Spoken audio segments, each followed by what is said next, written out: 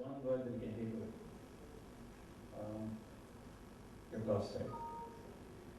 Agility has multiple connotations. It covers and encompasses being nimble, being resilient, and so on and so forth. What you would find is, it's very, very brief. I mean, there are just 9 points you can even do that presentation. The key challenges for the next generation are going to be, in my opinion, 3. The first one is disruption, which was earlier covered in multiple forms by my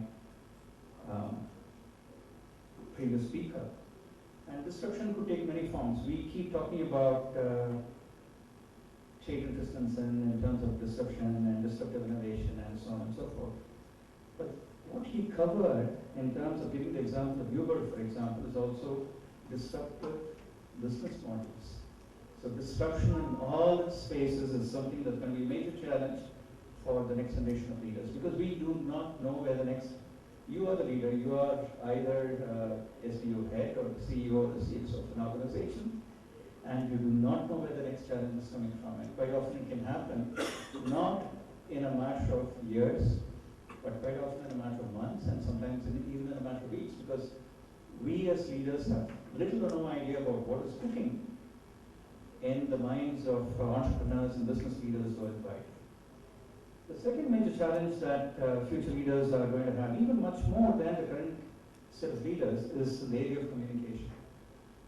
The earlier generation of leaders essentially had to communicate once a year for the annual general body meeting in front of a group of people, and could often read from a prepared script and have the CFO take questions on CNBC and so on. But communication is either in terms of inspiring your team members, either in terms of crisis management, as in the case of Nestle fairly recently, and so on. Communication could be in any language, need not be in English, could be in Hindi, could be in the local language. The need to connect with all the stakeholders, the need to connect with your teams, need to connect with your consumers, need to connect with your suppliers, and so on and so forth. Calls into question, it's not so much about charisma alone, it is about the sincerity, the authenticity of communication.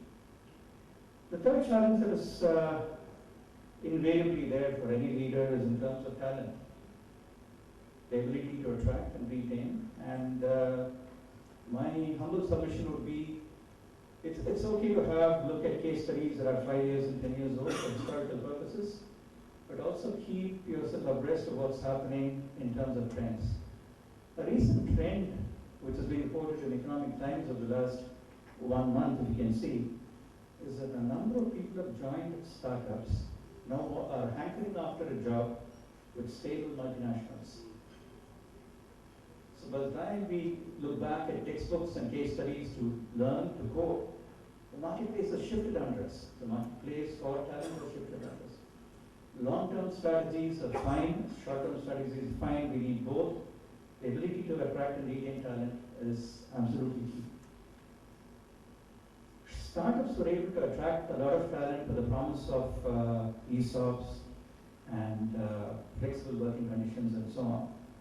But startups have also fairly recently, both in India as well as overseas, got a bad name pretty quickly because they've overnight fired half the force and so on whenever there has been a downturn in the business, even without giving their team an opportunity to find other opportunities or give them adequate compensation and so on.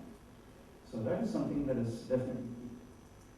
The next major heading that I have is in terms of opportunities that are there in terms of next generation leaders.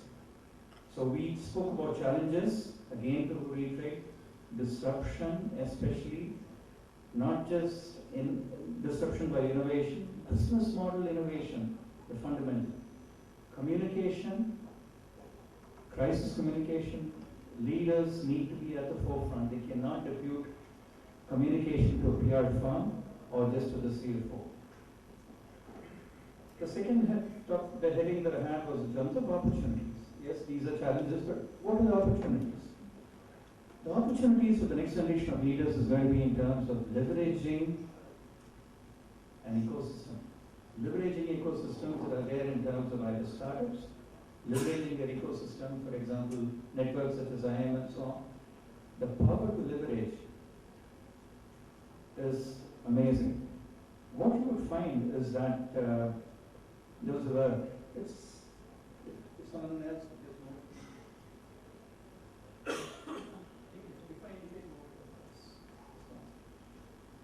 The power to leverage has often been associated with startups. But what we do not realize is that the power to leverage has always existed, even in amongst competitive organizations. Nokia, for example, had one of the largest banks of patents in the world. And when it kind of imploded, there were a number of companies which bought up all those patents and so on and so forth. But what's also interesting in leveraging is you have two extreme examples. One is in terms of Tesla. Elon Musk very recently, I think about a year ago or something, he said he gave up or he opened up the research they had and shared it with everyone else who was there trying to make a battery operated or a car with new technology which would be more environmentally friendly and so on. Another development that has been there over the last couple of months has been, for the first time, drug companies sharing their libraries with other drug companies. Because what you find in drug companies is that by the time they release market, it's, I think, sometimes takes 5 to 10 years. And what they're trying to do is to shorten the lead time. And some of the big drug companies are doing it out of the necessity to survive. Because a lot of their current patents are expiring, have been bought over or are being challenged by companies like Ranbaxy and others from India. So what they are doing is trying to share at least the basic library of research that they have. The second opportunity is, of course, in terms of innovation. Whether take it Uber back in the US or Ola and others have been more successful in India and so on. The third opportunity as a leader that I would encourage all of you to think about is, rather than the short term of which organization that you work for, startup or multinational, it is important to have fancy sounding title. It's nice to have big fat salary as long as it materializes. It's nice to have promises of riches in the form of ESOPs and so on. But if there is one opportunity that you have in each and every organization that you work for, it's something fundamental called leaving a legacy. What is it that you achieved? What is it that you left behind? What is it that you're remembered for in that organization? Because the moment you become extremely transactional of saying, how much have I been paid, what am I being called, what are my working hours and so on and so forth, all that is fine for negotiation to get into a company, but if that's what you go by in terms of leaving a mark while you're there, that's not good. So please, people often associate the word legacy with execs who are on the verge of retirement, especially the CEOs. Saying the legacy of this CEO was this and that. As a leader, even with your own small team or your division or your startup, there is a legacy that you can leave for your organization and for the community, and that's something that I would leave you to ponder about. Okay. The next one is the last slide. I won't hold you back much more from your well-deserved tea and coffee. I would sincerely suggest that observe, become lifelong learners. Observe everything that goes on around you. Observe your competitors, observe your peers, observe your bosses, observe your role models. Observe. Because what you gain is not only what to do, but also you gain insight into what not to do. And if you're not paying enough attention, you will miss an opportunity. That's all I would say. The second point that I would leave you with is to introspect. The challenge with observation is that, yes, today I observe a person being an extrovert. tomorrow or the next session I observe someone being an introvert, so which one should I adopt? My submission to you is, at that point, introspect. Introspect in terms of what appeals to you, what will work for you, what will work for you in different situations, what is it that you can deploy in different situations. And I would leave you with a word called ambivert. I don't know how many of you have heard about it. Ambivert. Could you raise your hands? How many of you have heard of ambivert? Okay. No, it's a no-brainer. Between an introvert and an extrovert, a person who's sometimes an introvert and sometimes an extrovert in whatever percentage is called an ambivert. We tend to associate a person who's predominantly extroverted as an extrovert, a person who's predominantly introverted as an introvert.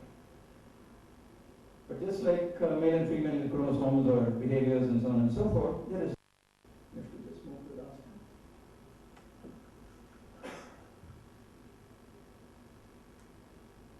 This is a. Sorry, something's happened there, but anyway.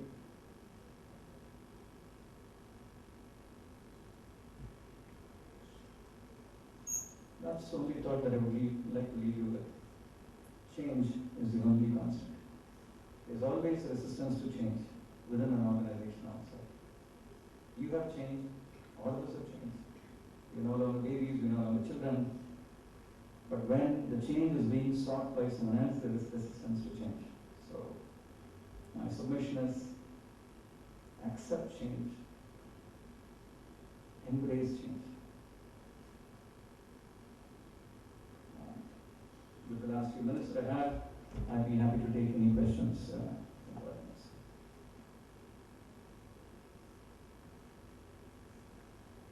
Any questions from anyone?